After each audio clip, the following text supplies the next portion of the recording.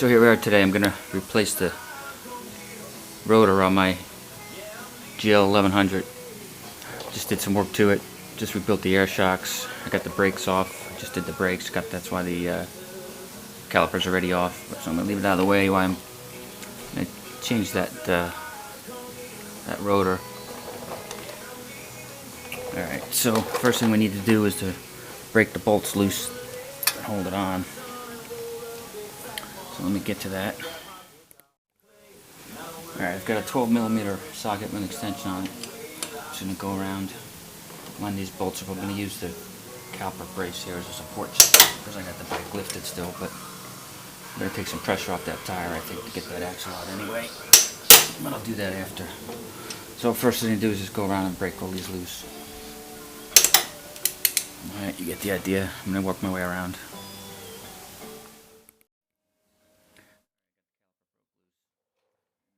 We're going to do an interesting problem on mine. The axle, which has got to come out. I'm going to take off the net on the other side to pull the axle out here. It was coming into the side of the exhaust. So I had to lower the exhaust. Obviously wasn't going to do it, raise the wheel. So raised up the wheel just by taking the bolts out of the air shocks. And I got a piece of wood under the tire. Just lift it up to keep the weight. That's so I can clear the axle. So next step on pulling off the rotor is we went ahead and we loosened those bolts in the rotor. Now I'm going to get in here. I got to go on the other side. I'll show you that. We're on the other side. So this is the axle. Like I said, I disconnected the air shock, so it's just kind of hanging out of the way here. And then the next step is get the bolt on the axle here, and I'm going to loosen this, take it all the way off this side, so that the axle can be pulled out through the other side.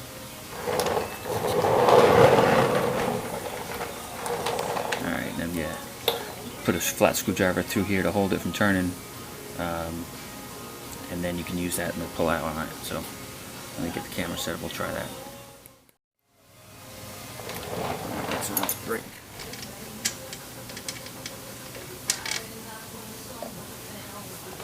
Alright, now let's go around the other side and get a screwdriver put on that. We'll pull that one out. Alright, so now that we've got the other side loose, we can go ahead and take the clamp bolt out of the top of this axle, which held it in place while we were working on the other side, and got that nut off.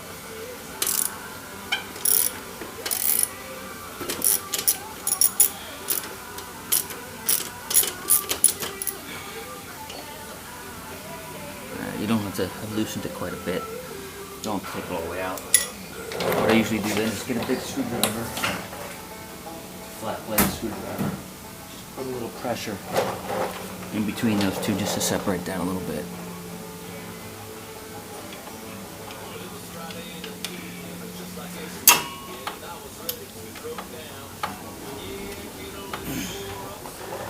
Alright. The axle, making sure it turns, and just kind of ease it out.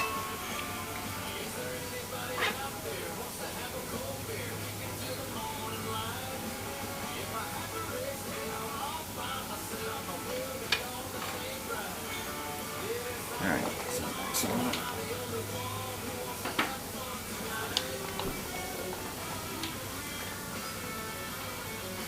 now I think I'm going to slide this up out of the way. There's a spacer right in here. Make sure you don't lose it. You'll be able to get this up out of the way. And then I should be able to get the caliper right out, take it out, the rotor out through the bottom. Alright, so I'm just going to get a bungee to hold this up.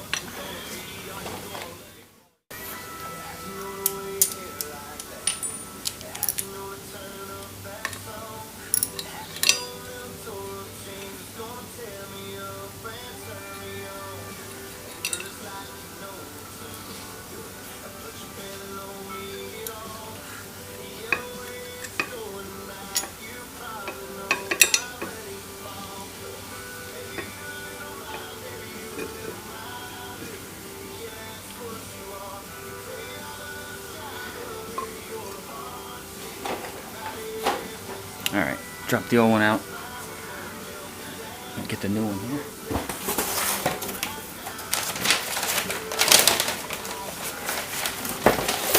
bought this replacement online. It's made by E&B Brakes. This is the MD1082, which is the one they specified to use on the GL1100. So hopefully. Alright, I got the axle cleaned up. I'm going to put it back in. Before I put it in, I'm going to just lube it up. Some folks like to grease up their axles. I prefer never seize, or this is the Napa version, or anti-seize, but basically it's a compound. It's a dry compound that works great for keeping things from getting stuck and rusting. So I like to keep it up in there so it doesn't get rusty, get stuck. So keep it going nice. Alright, got the axle lubed up. Put this back in place.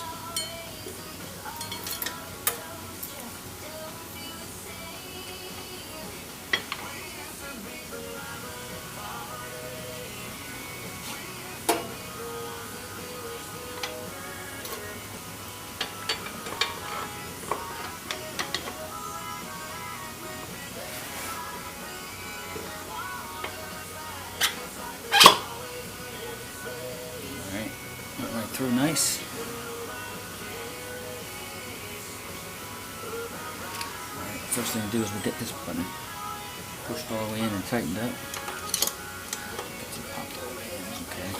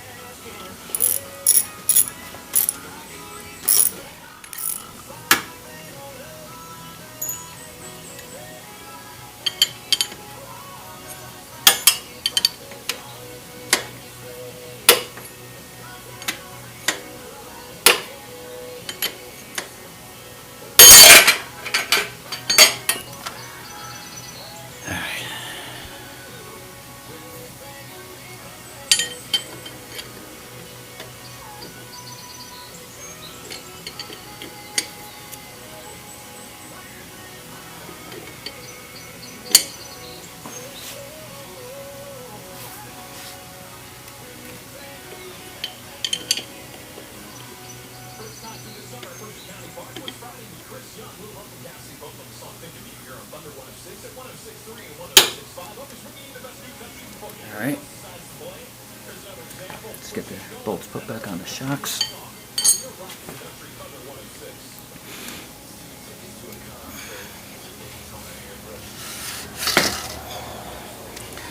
Popped out a piece of that wood I had under there.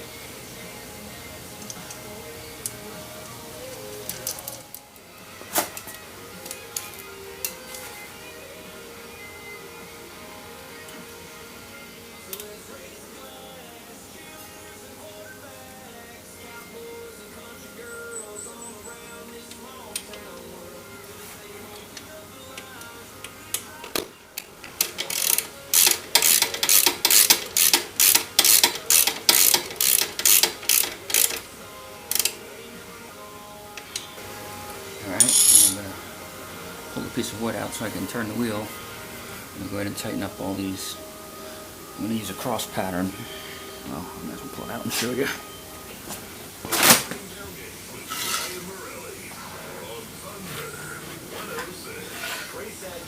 It's just I got the bike up on the center stand. And it was just a 2x4 underneath, just enough weight on the tire. Keep the axle right in place.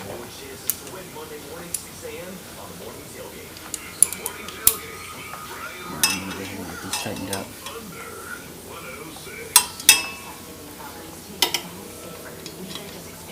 I'm going to use a cross pattern.